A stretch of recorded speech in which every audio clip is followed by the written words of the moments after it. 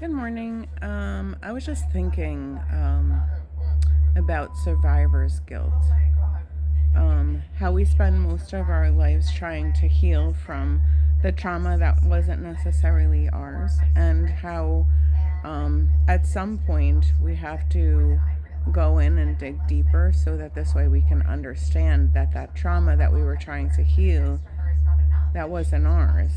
We are now healing for that past generation, so that this way um, they will eventually start looking at you and saying, the tactics aren't working. The gaslighting, the let me put on a show, or let me show you that I'm happy when I'm not, or um, it was just pretty interesting to understand that we're like, I was, thinking about the little girl with light, and I was talking about the trauma that I had held that was not necessarily mine. And that people were treating me in a particular way because they thought it was my mother wound, but it was my mother's wound, right?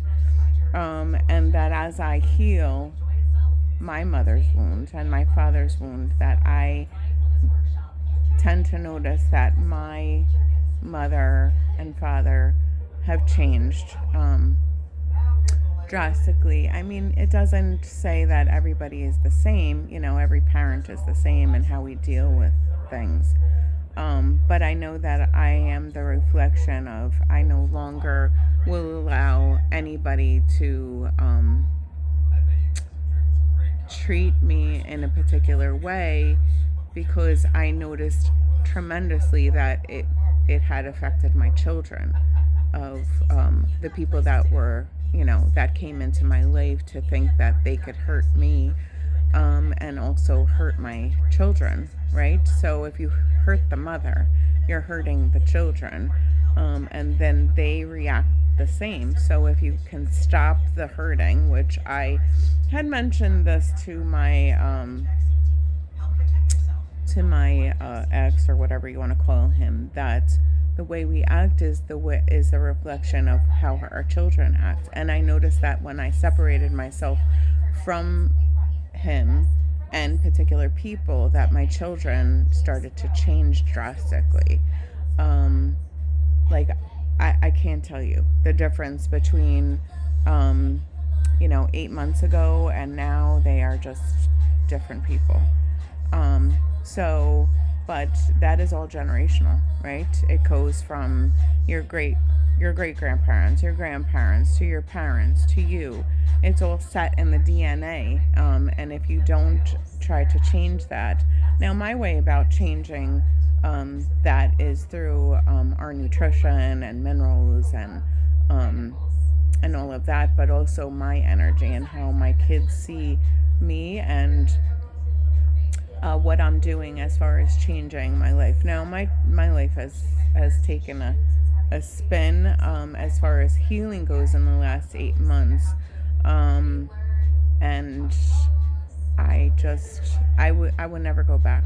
I would never go back um, to what I used to be, just because my journey and the little girl with light journey was dealing with nutrition, changing that aspect, changing the minerals, changing um, the people that were around me. And not only just that, but also job related things that my kids started to see that I put myself first.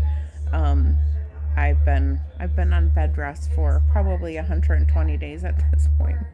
Um, but it's okay, slow and steady wins the race, and I always feel like God put me here for a reason, and that is why. But today I was definitely feeling like, is there such a thing as survivor's guilt for the light workers, shamans, whatever you want to put in a title on yourself? Should there be I survived that, and my life, I feel, is going to be amazing. I feel like my life is just taking a whirlwind.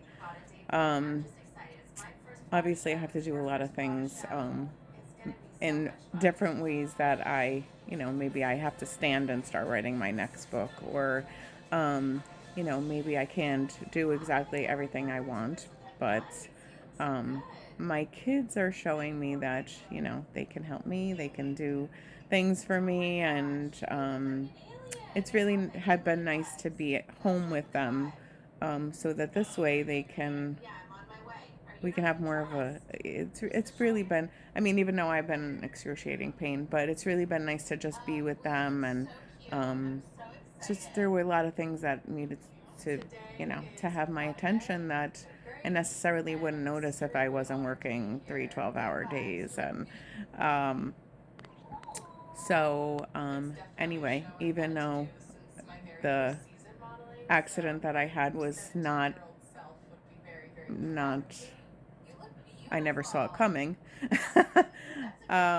But I definitely think that if you're feeling down, or if you're feeling like God is, putting a halt on you or making you rest when you are used to going and doing and all of that, there's a reason for it.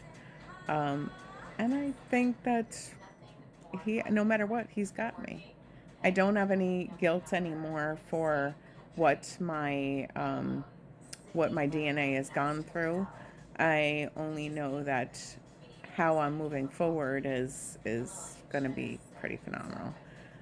So if you're feeling out there survivor's guilt of what you've been through, I always look at the people that were in my past and say it kind of sculpted me to who I am, and who I will be. And hey, I would tell you, my last relationship, if it weren't for him, I definitely wouldn't be where I am today, just because he showed me how to love myself, which was pretty amazing, and I am grateful for that aspect.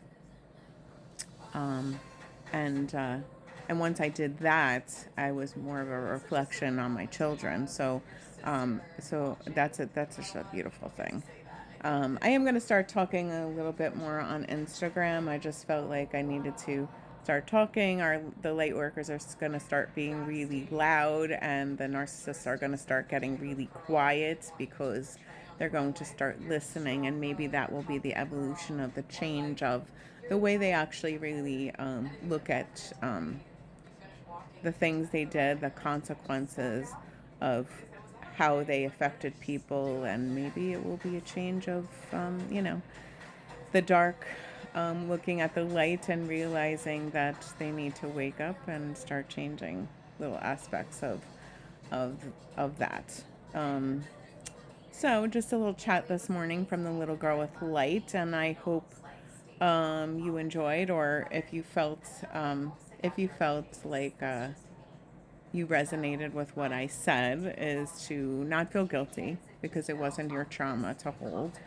Um, and that the world is a constant evolution of changing, and on a daily basis, and I'm excited for it. I'm excited for the change. I'm always excited for the change.